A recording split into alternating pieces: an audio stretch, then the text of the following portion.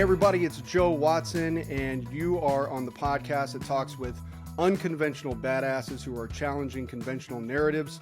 And today, do we have a treat for you? We are going to be joined by best-selling author Marya Hornbacher, who is going to talk to us about life on the road, about all of the work, the incredible work that she's done as a journalist and as an author. I want to tell you a little bit about Marya. In case you don't know about her, she is the author of the acclaimed works Wasted and Madness, and her Substack, Going Solo at the End of the World. She has reported for the San Francisco Chronicle, the New York Times, Smithsonian Magazine, the Boston Globe, on and on. I should not even be interviewing her today, but thankfully we've got her. Marya Hornbacher, you are on the record. How's it going? It's going very well, Joe. How are you? I'm fantastic. Thank you so much for being here. Yeah. So, as I said, we are going to talk about a lot of different things. Your Substack, Going Solo at the End of the World, I know you have several thousand followers there, folks who engage and follow it daily. We're going to talk a little bit, like I said, about life on the road. We're going to talk about climate change, which is something that we like to talk about here on the record. So if you came here for climate denialism, this is not the place for it. I know it's a pretty low bar, but I wanted to make sure that that people knew where they were at. And we're going to talk a little bit about Marya's upcoming projects. So I want to start out with Going Solo at the End of the World. What inspired this? What inspired, I guess, first of all, going solo on the road at the end of the world, and then also writing about it? I love that question because it allows me to tell you the truth, like the backstory of it. I mean, at the end game, right? There's going to be a book, and there's writing, and there's publications, and there's awards, and all this stuff. But the reality is, what happened is, I kicked my husband out, and was like, okay, so that was a bad economic decision, like very abruptly. And was on the other hand, going solo. So I'd been a wife TM for a lot of years. Didn't matter like which husband, I had been a wife for a really, really long time. And while teaching college and writing books and everything like that, I was wifing. And I must have been 45 or so when I was like, I'm not suited to this, and that was late to discover it, but I'm like, this is not for me. I discovered very quickly after kicking my husband out that I'm like, I am happier waking up peaceful every day. And that isn't to say relationships aren't wonderful. They are. Like I love that people enjoy that. But I had realized at some point in that marriage that I was at that point married because I was married. I wasn't married because it drew me. I wasn't married because I'm a good partner or a good wife. I liked marriage. There were aspects of marriage that I liked. There were aspects of romantic relationships that I enjoy. But really, the truth is, at the end of the day, much of my life was spent trying to carve out a space to do the work I literally believe myself to be here on the planet to do. I don't mean in a deterministic way, but it has never been unclear to me what I'm here to do. And I'm here to tell people's stories, my own and other people's. That's what I'm here for. And then I'd been married. And I was like, so married was also a part of my life, but it was always the sort of like, can I catch an hour from 4 to 5 in the morning? Can I get up from 1 to 3 and write a novel? And I could, but at 45, I'm like, or I could shift this and put writing and storytelling and traveling and being a writer and a storyteller. Can I put that in the front? And then if there's something else, like, and if I romance on the side, great. I was really tired of putting what I knew to be my purpose in the side seat, in the sidecar. And so that was the going solo. Like the impetus of it was accidental.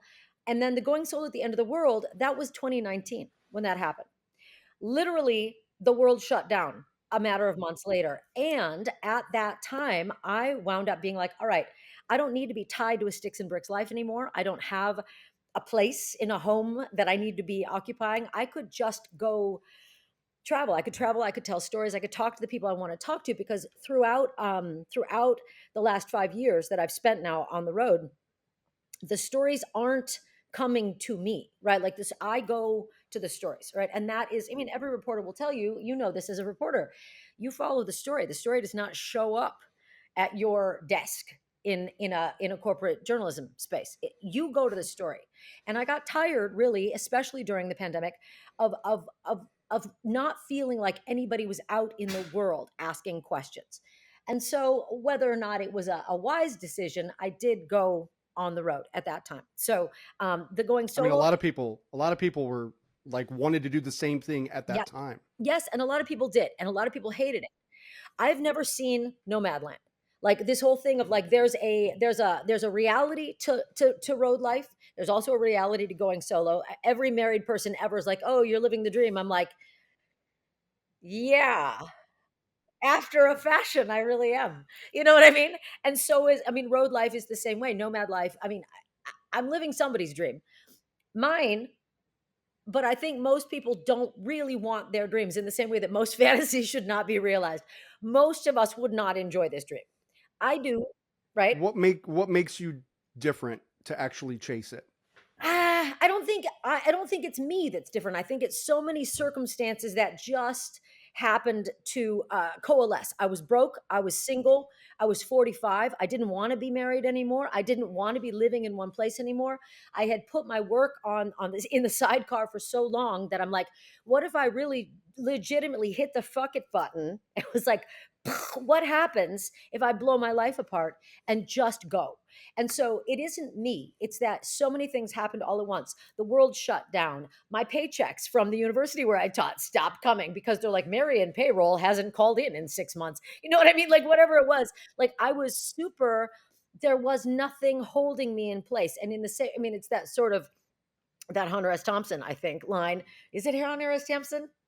Who says, when nobody's waiting for you at home, is it loneliness or freedom? And I'm always like, yes, yes. And so when you have no place to which you are tied, is it freedom or unhinged, sort of like free fall? Which is it? Yes, right. And so it's not, I don't think, me particularly. It's a moment that I had the option of either I could keep scrambling trying to get back into a housing market that exceeded my income as a freelancer, into a work market that exceeded the capacity for academia at that time. I mean, academia was already starting to shutter tenure track positions, and like being an adjunct at 45 when I'm like, I'm teaching people to write books, but or I could go write books, but I can't do both. Right. And so I was like, you know what? I hate to be a pain, but volunteer work at 90 hours a week is exceeding my interest level. Right. And so what if I just lowered my overhead so radically that I could keep myself on the road chasing stories? And so I don't think it's me. I think it's that the world shifted and went clunk clunk, and I couldn't get back into the world that had existed because it was never going to exist again. And a lot of people, I think, the only difference is that maybe I had a lot less to lose at that point, and I have a lot of chutzpah. I do. I always have, and it's not an ideal circumstance, but it is useful at times. I can relate. I want to know like how this life, how has it nurtured your creativity? How has it Yeah. influenced your sense of identity now that you are no longer wifing? Yeah, right. The wife TM. And now I'm like nomad TM in a way, because we do have these slots we fit people into. It's certainly changed. I feel like more than anything, it's stripped away that whole sort of probably apocryphal thing of like Michelangelo saying that he couldn't have created David if he just didn't take away everything that wasn't David, right? I think it took away everything that wasn't maybe endemic to me, and left the me that not everybody, it's not for everybody, right? This iteration of self isn't cuddly in the way that I think, over the years people have said, oh, when you were younger you were so much softer. I'm like, well, or You've seen or some shit. right. And like, I mean, so I think in some ways it has stripped down, for sure. It's pared down my expectations, right, of the world. And I Yeah. don't mean in a way that, but I always feel like I'm dancing on this line of scarcity allows you to accept as enough what isn't enough for a lot of people. It also means that you are out of fucks. Like, I'm out of fucks. I don't have any more to give about a lot of things, and things that used to really matter to me I just don't have the time for them to matter, including my own. Like my own BS is what bothered me the most. And that's what I've got. This is Luna. Luna has arrived. This is my dog, Luna. Luna Moonbat is here for the podcast. Um, so I think a lot of the shift in identity has as much to do with I have lost patience with my own delusions, and that has shifted me both as a social being and as a political being, right? So the Mm-hmm. purpose that I see in my work, and this is where it goes to the creative shift, what it again strips away, like I could do a lot of things that I could check some boxes, I could try and get back into industries that like I could do things right. But why start now? You know what I mean? I never did things in order before. Why start at 50? Right? Why start trying to be good now? You know, there's that wonderful Mary Oliver poem, you know, that begins, "You do not have to be good." And I really hang tight to that. You know what I mean? I think there is some purpose in doing what you're here to do, and recognizing that not everyone needs that and not everyone will want to be around that. But if I have that clarity, I wake up every day and I don't wonder, as I did when I was a wife, like, am I doing something meaningful? Right. And I'm sure my spouses, several, may have thought that I was doing something meaningful, but I didn't always have that clarity. And now, whether I'm doing something meaningful on a global scale, I do feel like I am doing what I am supposed to be doing now. And as a creative matter, that gets me to the page every day. And it didn't before. Wow. Yeah. You know, there's a lot of themes that you're touching on that, you know, as you know, I'm formerly incarcerated, that uh, ring true in the prison experience as well. I tell folks, and they find it hard to believe sometimes. And for all of my friends in criminal legal reform and in abolition, this by no means is an endorsement of the prison experience. Right. But there were times when I was incarcerated where I felt freer than I've ever felt in my life, because even though physically there were fences and gates and walls around me at all times, my mind was totally free. Like I Right. had my sense of creativity, my spirit was entirely free.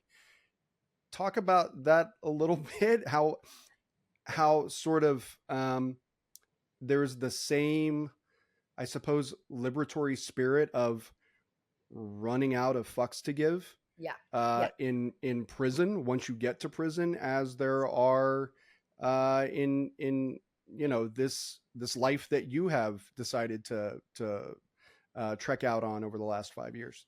Yeah, I think a lot of what I'm hearing, what that makes me think about is two things. One is the discipline of structure, right? Like again, I too have spent some time not as free as one might have preferred, and in locked settings, whether both as a young person in juvie and in treatment settings, but also as an adult, where my behavior in the world was not what the world thought it should be, which was fine.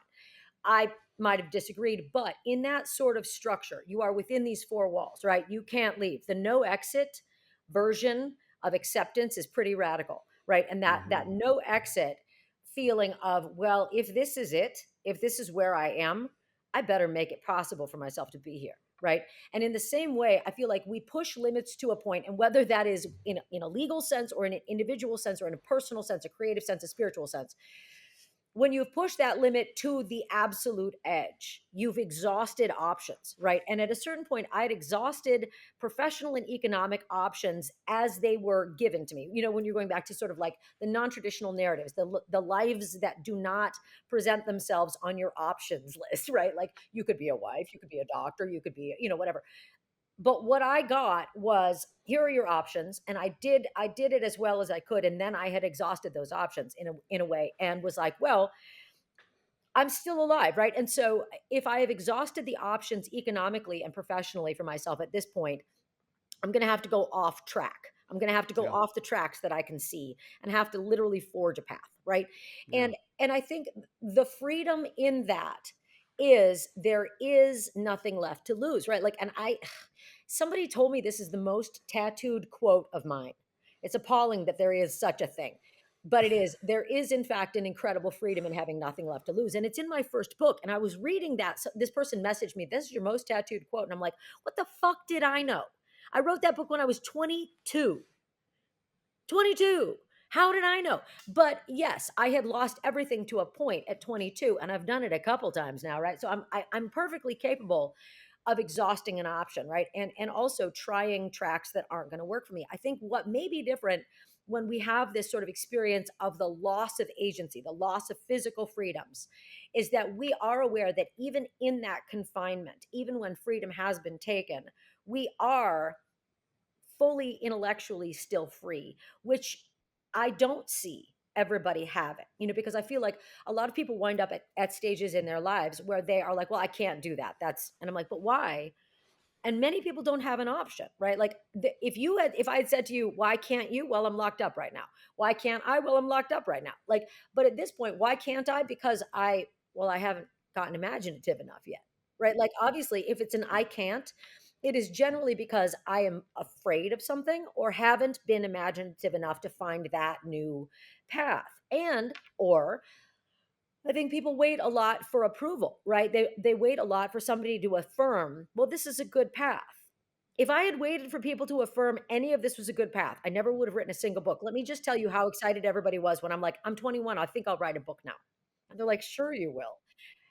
But I did. And I'm like, tell me again how I can't and how I won't, right? Tell me again that I can't do this thing.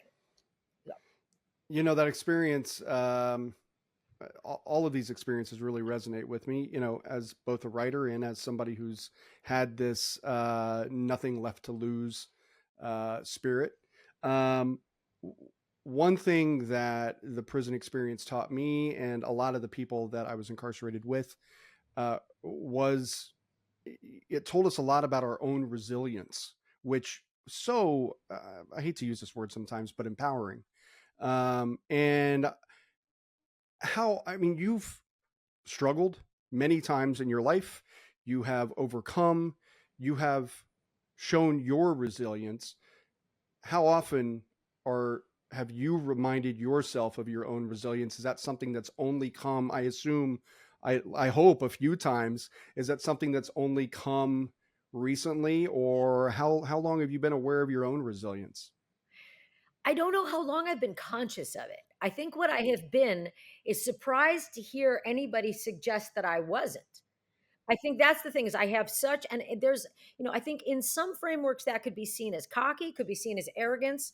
On the other hand, there's also a level of perhaps helpful delusion that young people have, right? Like they think they're unkillable. I continue to think that it would really take a lot to take me down. And maybe that's stupid, but I might not be wrong.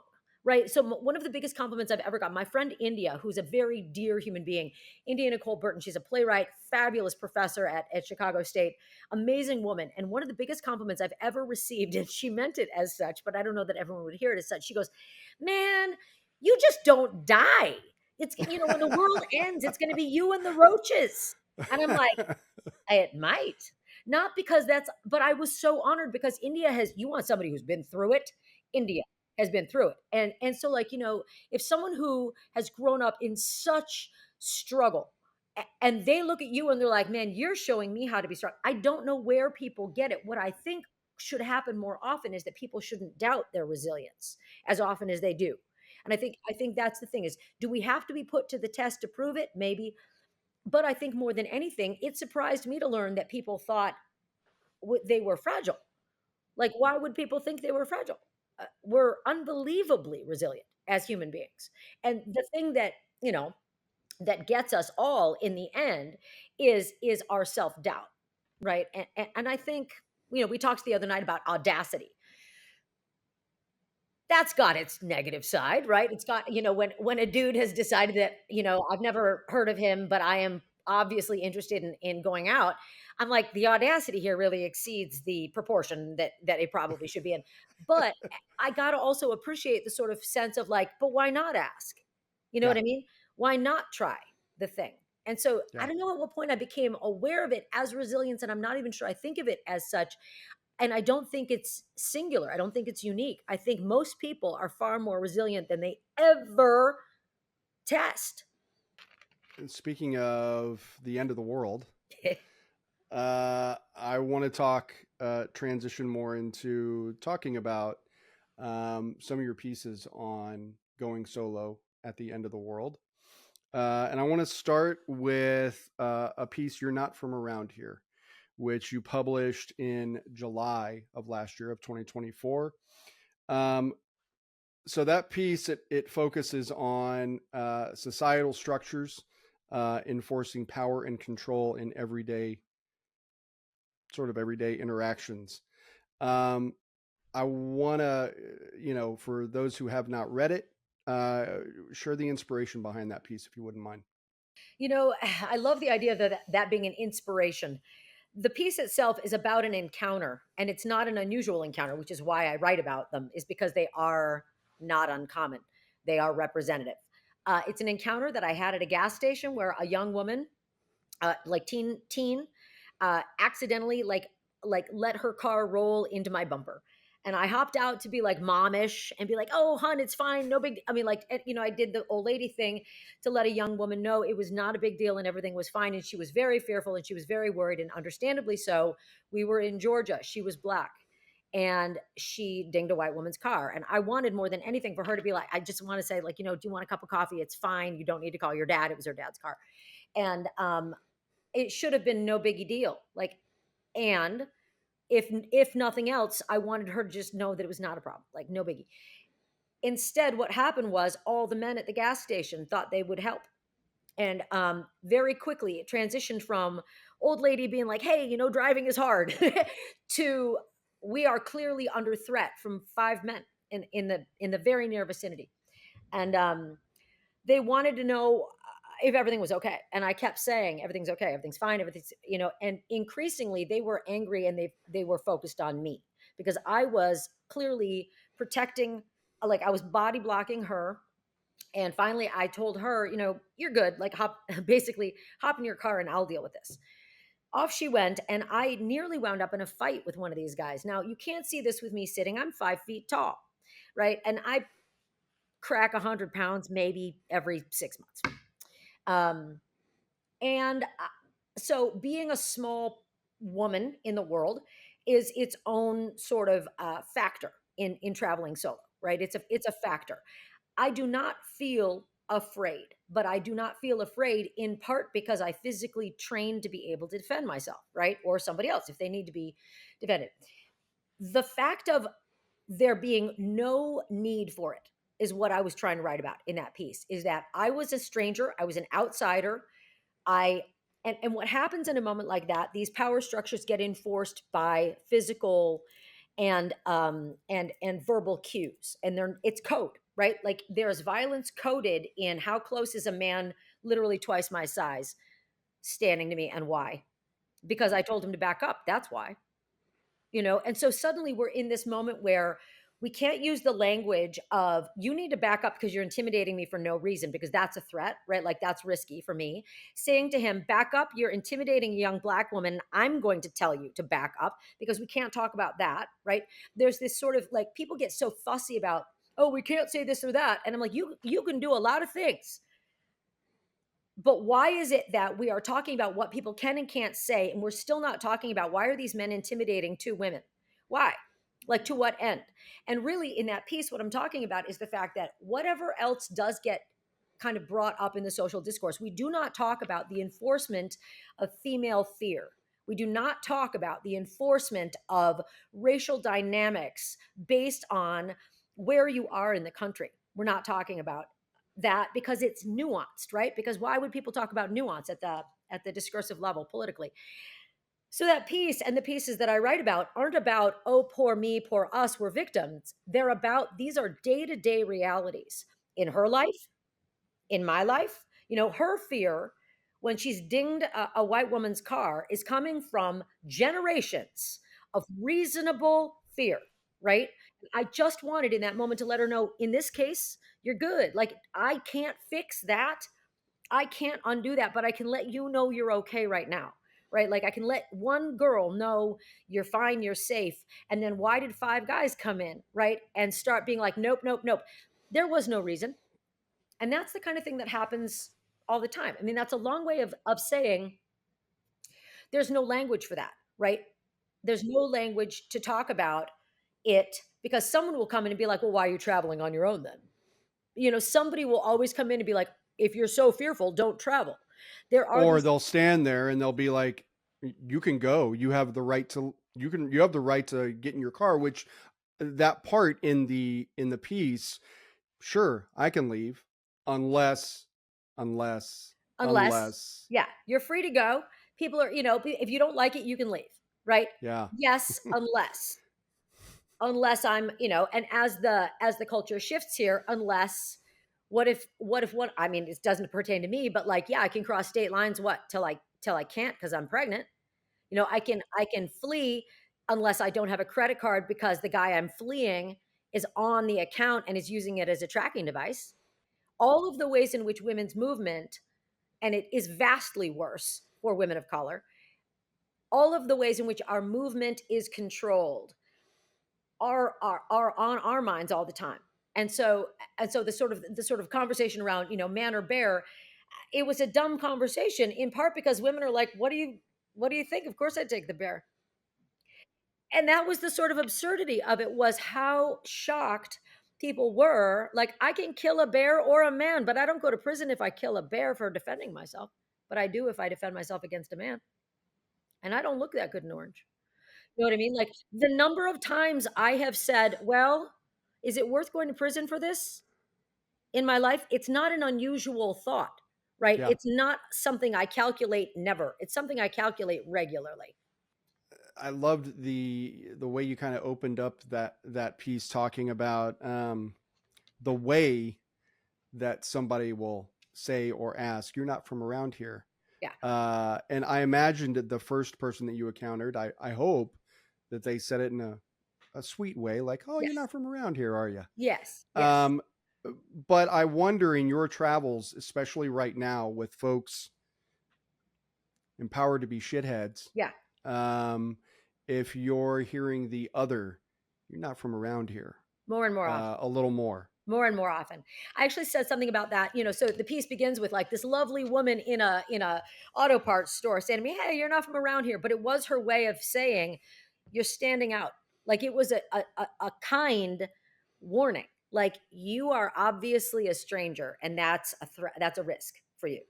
And it was basically like, go change your shoes. Like, you're really Yeah. obviously a northerner in the South, right? And so you know that kindness women will do to each other, do for each other all the time. They'll just be like, I'd step out of this bar, like, you're not in a good spot for yourself. And occasionally you'll get that kind of assistance from men, but more and more, like, I was on the phone with a friend of mine, white guy, lives up north, really amazing guy.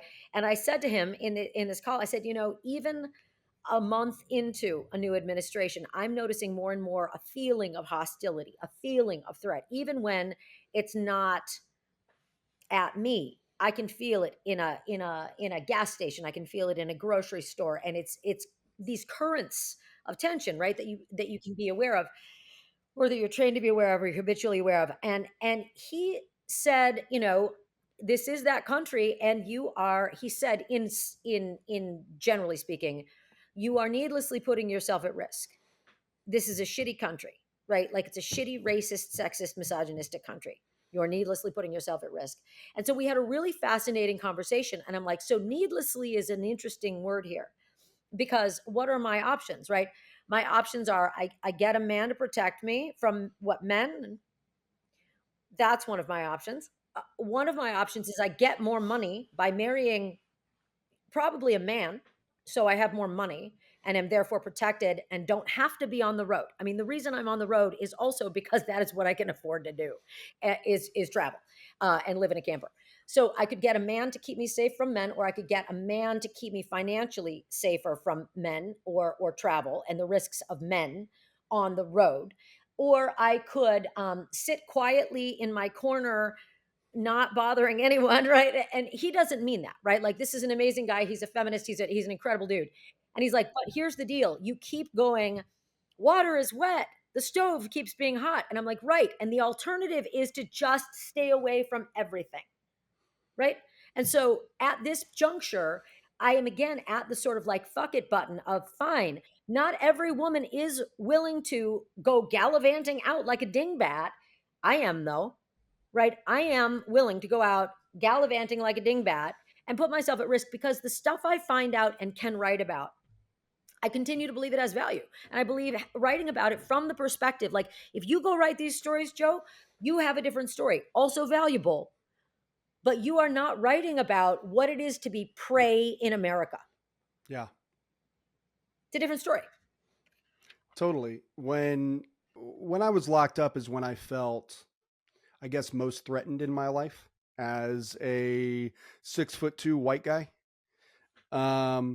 There's not been too many offens where I've felt threatened. Certainly not as often as women or women of color feel on a day-to-day basis. But I will say that it wasn't really my nature before prison to be under the radar. Like, I did a lot of stuff to draw attention to myself. I argued with people constantly. Um, I spoke my mind. It wasn't just arguing. I spoke my mind, right? I expressed myself. I protested. I created art, whatever I could. But then when I got in there and I started to feel threatened, and in other words, when I got punched in the mouth literally several times, I decided that the safest thing for me was to be under the radar. And I hated that, to be honest with you. I hated it. I really hated it. Like, I'm really happy that I survived the experience. And I think the single biggest reason that I did is because I stayed under the radar. But I hated that I did, that I kind of neutered myself, neutered my expression. I don't want anyone to have to do that out here in the so-called free world. What's your advice to people, uh, who just want to be themselves and express themselves, to still at the same time, but to be under the radar enough to be safe? Yeah.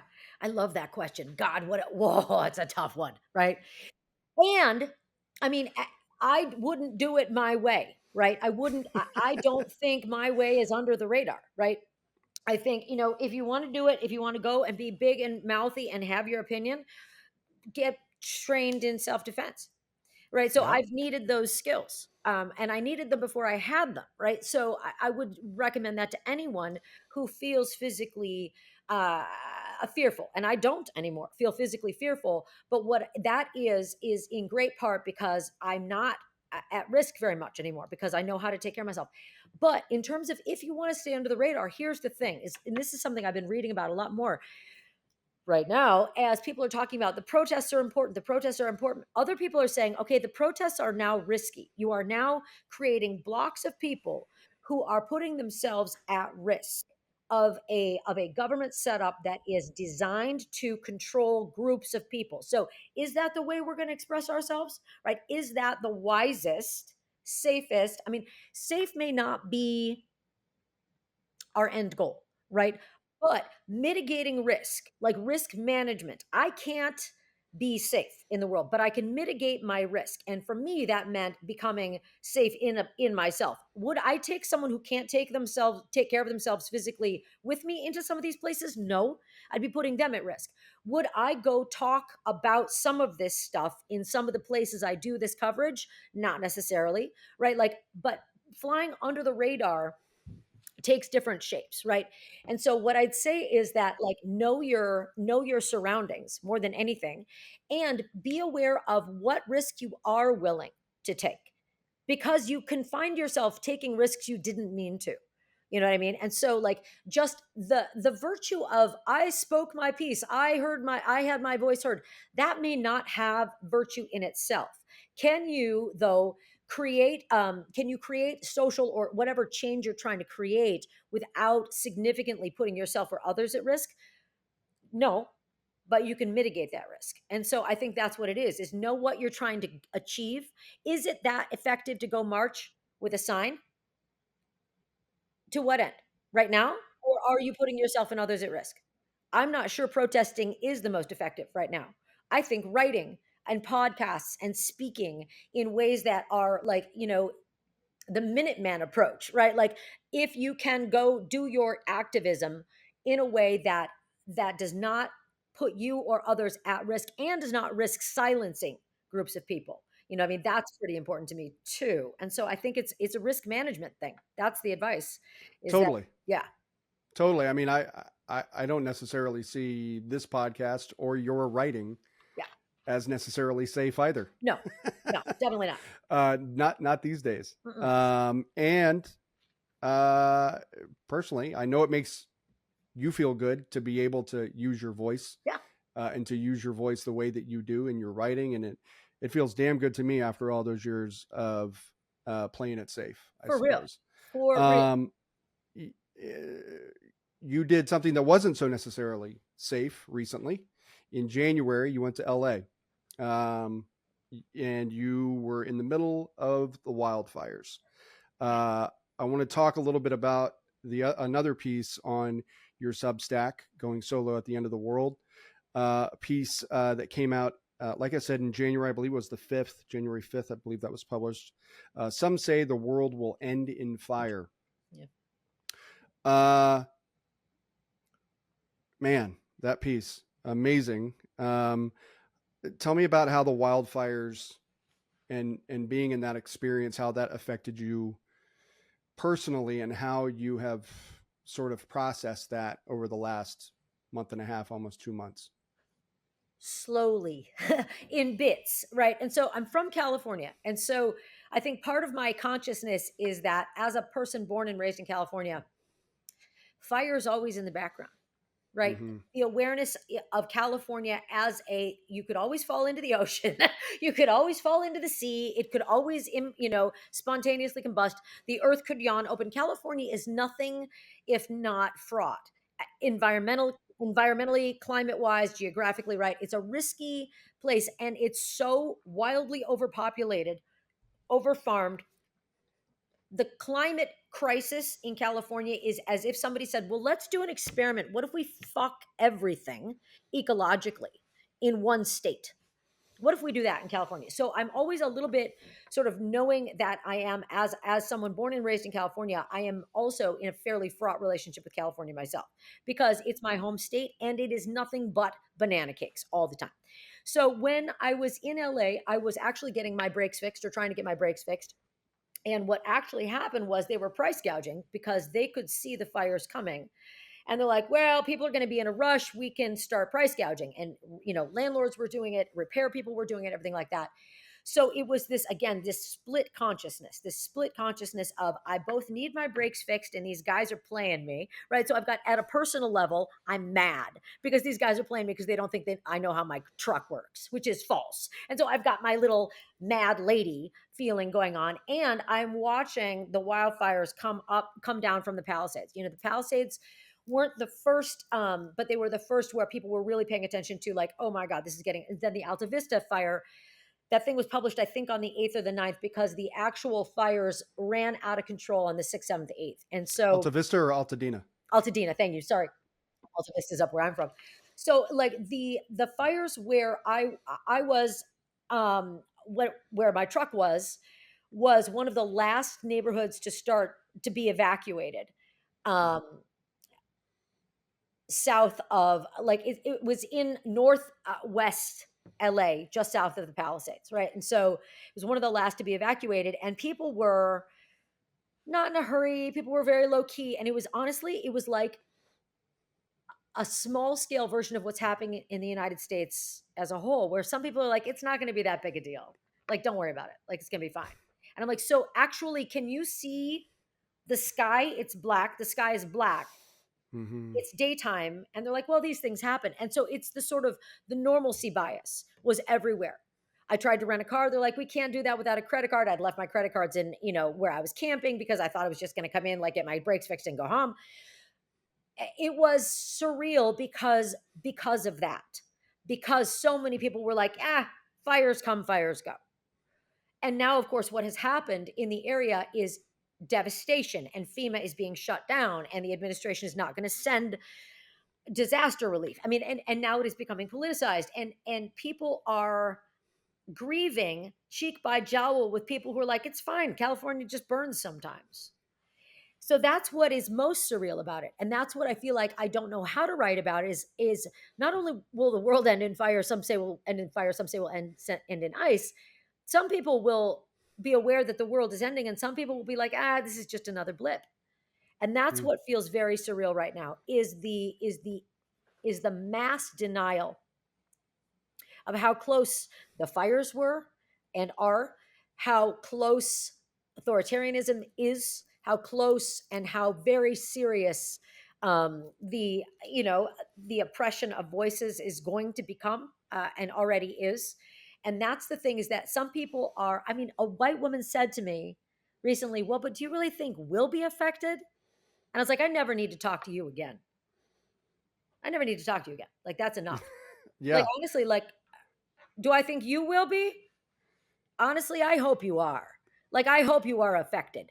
Because if you are so ignorant that you're like, if I just sit quietly in my wealth and whiteness, maybe no one will notice that I'm here. Right. And I'm like, I'm sorry, don't call me. You know what I mean? And it Yeah. was a colleague. And I was like, this is the problem. The problem is the need to believe that it's going to happen to someone else. The fires are going to burn down someone else's house. It's going to be a different water shortage somewhere else. It's going to be other people who are rounded up and put in camps.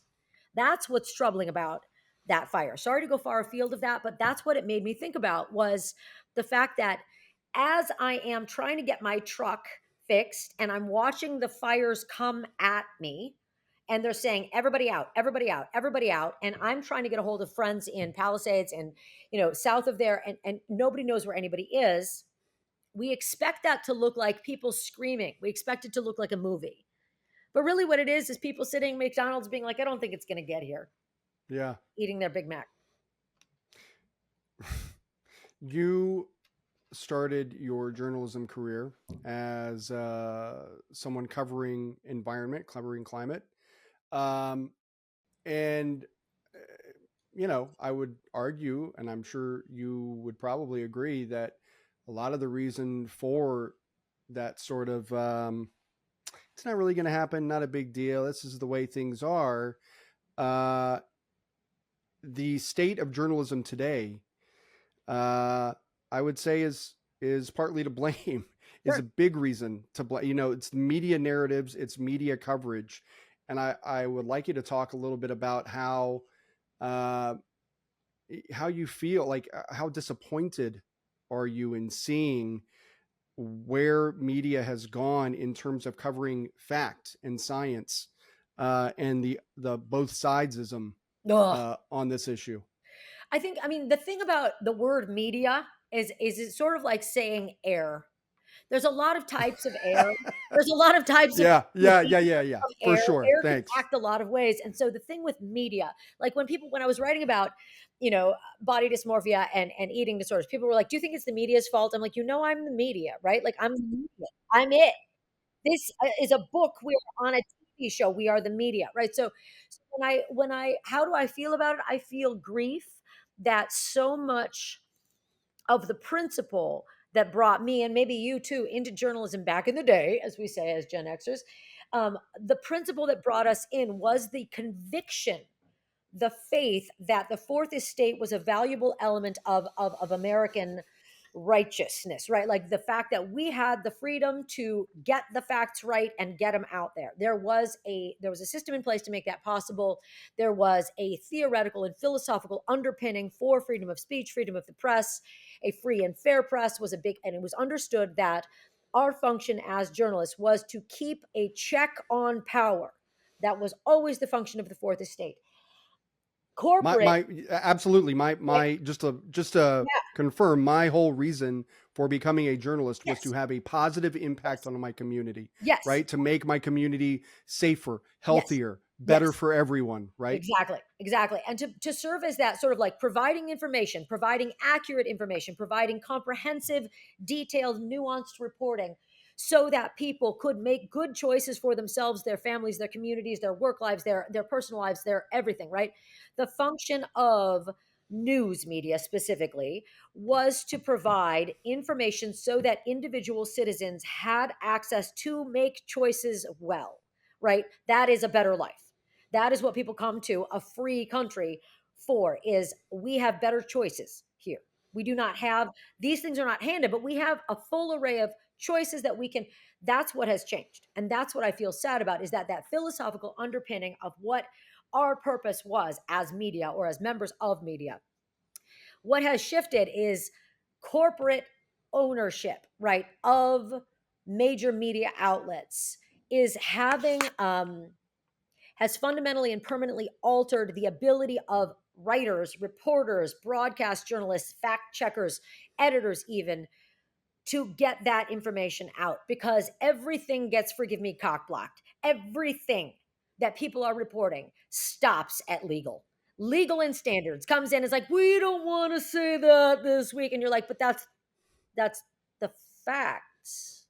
Those are the facts. And they're like, well, but we don't want to court a lawsuit, and without getting into like this guy or that guy or the other guy, the corporate ownership of media outlets, when people are like, when I was writing this series of articles that came out during the run up to the election, the fact that I was reporting what individual Americans were saying, and then my editor was doing everything they could to get that reporting out, every single story, somebody would come in and be like, can we soften this a little bit? I'm like, I'm sorry, it's not my business to soften facts. I don't change people's statements. Right. And it wasn't editors saying that, and it wasn't the reporter. And somebody always comes in when I posted on like, here's the new story. And somebody comes in and you're like, liberal bias. I'm like, no, I straight up told you I'm a liberal. I'm not mysteriously liberal. Have you seen me? You know what I mean? So like, there is this sort of belief that the media is liberal, and the media is also now the bad guy because they are twisting facts. Actually, the media is the air we breathe. All of us are on so many media right now and consuming so much media that we don't know who we're even mad at. I'm mad that the ability of an individual reporter, you, me, my friends, right, to do our work and to get information as accurately out, and it doesn't mean without bias. Accuracy does not mean without bias. Subjectivity is bias. Consciousness is bias. Like, I'm never going to report from the point of view of a 65-year-old Black man. Can't do it. But I sure as hell am going to read his work to make sure that I am getting that report as well, right? Like, that's on me as a media consumer. That's on me as an American citizen to make sure that I'm consuming multiple forms of media so that I'm not only consuming the reporting of middle-aged white ladies, right? So like, that's on me. But the anger at, that media and this media isn't useful. And also, the bad guy in it is the same bad guy who bought the fucking election, right? Like, it's not one guy, but it's like 8. You know what I mean? So like, the same people who have now all the levers of power economically also own the levers of media. And that is why we really have a problem. And that's more recent. That's more immediately, like in the last month, we are shifting what kind of access we as individual citizens have to fact, because people are dropping like flies. Good reporters, good editors, good broadcast journalists are leaving media in droves because they cannot do their fucking jobs. Now we got a problem. Indeed. How much of what you're doing right now, I know it's Substack, and Sure. do you still feel like a reporter as you're doing this? I mean, I don't know that I love the word reporter in itself. I have a lot of conversations with a really dear friend of mine who has persuaded me that the word, we had a lot of conversations about, doesn't love the word journalist anymore because it sounds really pompous and it's very vague and anyone can say they're a journalist, right? I am also not strictly a memoirist, right? And so, if you look at, I'm much more in the tradition of Hunter S. Thompson, Joan Didion, right? Like, people who were writing first person fact, right? They weren't pretending it was objective. And so to me, there is a reason that I write in the first person and that I do not strictly report, right? Strict reporting is a pretty rarefied thing. Anyway, people do it much better than I do. It is important to me to write in the first person because it lets you know right away, I am not speaking for anybody but this one person, right? Like, yes, this is what I saw. This is what I experienced. This is the research I did, right? Like, this is also, so memoir is a pretty broad term. And I don't think that's strictly It's definitely not what I'm strictly doing on going solo, and it's definitely not strictly what's going to be in the book called Solo, which comes out in a year and a half. But like, which we're going to talk about. But you bring up something real quick that I want to follow up on. I yeah, mean, these days with journalism being so democratized, which yeah, is great that at least yes, there's that yeah. amongst all the fascism. Uh, how do people? I mean, people read you because yes, you are entertaining. Yes, you're a great writer, but also they trust you. Right. How these days do independent journalists? How do you recommend independent journalists establish that, get that credibility, Stick around. establish that trust? Stick around. I mean, like, you cannot come in and expect your reader to trust you out of hand. They won't. And let them question, right? A lot of, I think, what is important to me in the writing that I'm doing right now is that there is room for people who don't agree with me as a person, right? Or as a political figure, right? Person. I want people to ask questions. I want people to say, how do you know this? And I can often then say, I don't know it. And I didn't say I know it. I said, I feel this, right? And so I use language really carefully. And when I am citing a fact, you can find the source on that fact. Like, I'm not going to say something that I do not have backup for without the clause, I think, I believe, I feel. Like, that's the ownership of subjectivity. And that's the authority of subjectivity, right? Like, it only extends this far, right? Like, this is what I know for sure. Do I think this? I do think this. These are the reasons I think this. This is the data I think. But in terms of like, how can independent journalists sort of develop that trust? Don't say shit you don't know.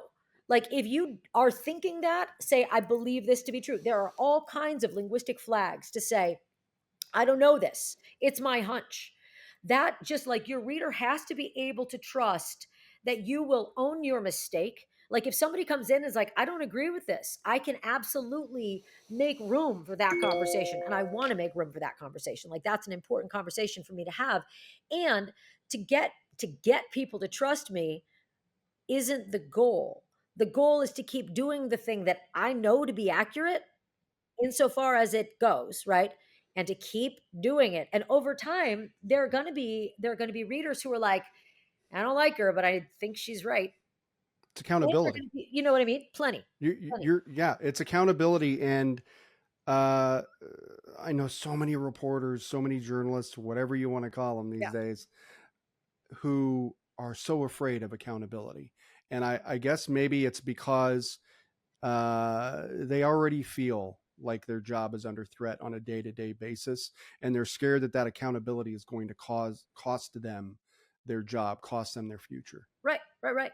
And I think it's a reasonable fear. I think, people are lining up for the chopping block right now. And so I think there is a lot of tension within the intersecting fields that are the media, right? Like, within the intersecting roles and fields that are the media. Yeah. I think, more than anything, what I worry about is people, as I think people may underestimate the extent to which they need to diversify their own sources. Hmm. They really, I got really tired of parachute journalism. That's ultimately why I continue to do this work as a nonfiction writer, and not as strictly a memoirist, not as strictly an essayist, but because I got really tired of reading the man on the street interview that somebody did because he got shipped in first class to go sit in a dive bar that he's never been to in his life, right? Like, I wanted to go sit in a dive bar for a month. And after a month, if the guys in there are like, who is this bitch? And then they talk to me, now we've got a conversation. Now they know that I'm not afraid of them. I will sit there, I will listen to them. And if I don't agree, I will tell them, but I will continue to ask, right? That doesn't mean, like, I don't mean like in a relativist sort of way of like, I can respect people with whom I disagree. No, well, in some cases, yes, I can respect them as human beings and never want to see them again. But if I'm going to understand what's going on in America, it doesn't help for me to walk out grandstanding about my progressivism. It doesn't help anything. Does it mean that I walk into like pro Trump, situations and say and pretend to be pro Trump? No. But it does mean I walk into there and let guys know that I'm here to listen. Like, I want to listen. I'm not going to necessarily agree with you. Probably I won't agree with you, but I will listen. And if you can tell me where you're coming from, I'm still not going to necessarily agree, But more than anything, what is most depressing and heartbreaking about this entire experience, Joe, is that all anybody seems to want is to be fucking heard. And I can at least do that, right? I can at least manage that. So speaking of, that's a great segue because Solo is your book that is coming out soon. I want you to tell folks about this book, about Solo coming out. Well, I mean, it really covers the first 3 years of going on the road, from that sort of moment of I guess I'm fucked. I need to do this totally differently, right? Like I need to do something completely different. And to do it, I really started thinking about, all right, what do I want in my life? Which I think a lot of people don't ask themselves. Like I was like, do I want a partner? No, I don't. Partners are fine, but do I want one really? Like it's not, it doesn't seem very compelling right now. And do I want to be sitting here in a farmhouse on a farm in Fargo where I was renting and could barely afford it? I'm like, I don't want to do that either. Like, this isn't working for me either. So I was like, basically, as long as I'm broke, why don't I get a camper? My family helped me buy a camper and a truck, and I lowered my overhead way, way down and was like, all right, what happens if I just go? And that first year, I don't even fucking know what I did besides screw everything up. Like I broke everything, everything went sideways, everything lit on fire. You know what I mean? Like everything fell out of the car.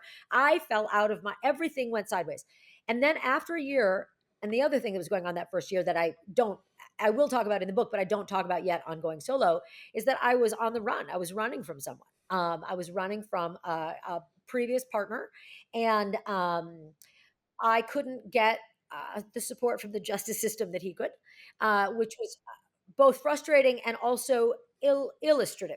Right? It let me know, and it really was what got me thinking about, like, what does it take to be free in America, right? Like, what it's a big question, right? But what does it take? Can you be free as a solo woman? Well, turns out not exactly.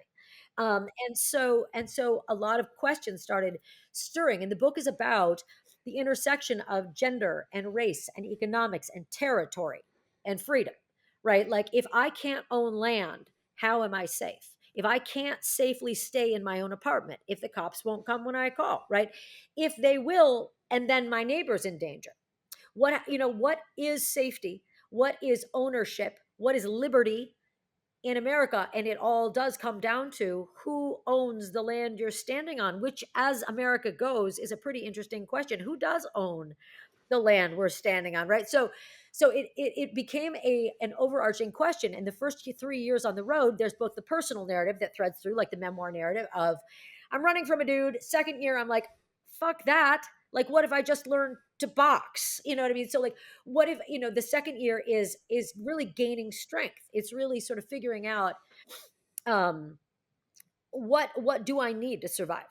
Like, what would it take if I was going to make it in this country alone? And it takes a lot of things I don't have, but it takes a few things I do have, right? And those things are often enough. And the third year, and in that second year, of course, it's the run up to the election. So I'm also traveling and writing about Americans all over the country and encountering, it's an ethnographic look at what is it to be in America right now for different people. It's a very different country depending on who you are, where you're from, how much money you have, what you look like, how you've lived, what you had when you got here, what you have now, and it's a lot about what you have, and what you don't, what was taken from you. The third year of the book is now, right? It's the first year of really what's going to look like a new regime. And so those are the 3 years. It starts out like small little memoir story, and then by the end of it, we're under authoritarian rule, which wasn't the bent I wanted it to take, but Sure. here we are. So what it takes to be free in America depends on who you are. Yes, it does. Yeah. And what you have, Yeah. Yeah. Yeah. It comes out when? We're thinking January 27. So about 2 years, could be fall of 26, depending on how clean a copy I get into them in December. But it should be pretty clean when it goes in. So I think it'll really depend on the list. I'm so excited to be working with this editor, and I've not always wanted to say that, but like this woman's incredible, and she's got a brand new, basically. Hachette hired Regan Arthur, who's a legendary editor, legendary and amazing, and said, do you want your own list? And she's like, yeah, as long as I basically get to have. And so I was her second acquisition, and she's just, the books she's selecting, I can't tell you how honored I am to be on the list. I mean, I really can't. Well, that's fantastic. Yeah. So Marya Hornbacher, her Substack is called Going Solo at the End of the World. Her book Solo, you heard it here, comes out hopefully January of 2027, if not sooner. I just met Marya about a month and a half ago. My partner and I, Nikki, are lucky to have an Airbnb, and Marya stayed with us. And it has been such an incredible pleasure to get to know you over these last several weeks. And it's a real privilege to be able to talk to you today. And I'm really appreciative of you being here. Likewise, thank you so much for having me. And I am just as thrilled to have met you and Nikki. I feel very lucky to make new friends in the world at a time like this, So thank you. Thank you. All right, y'all. Thanks so much for watching this episode of On the Record with Joe Watson. Make sure to drop a like, subscribe, share this podcast. Make sure that you are subscribing to Marya's Substack, Going Solo at the End of the World. And we will see you next time on the Record with Joe Watson. Thanks so much.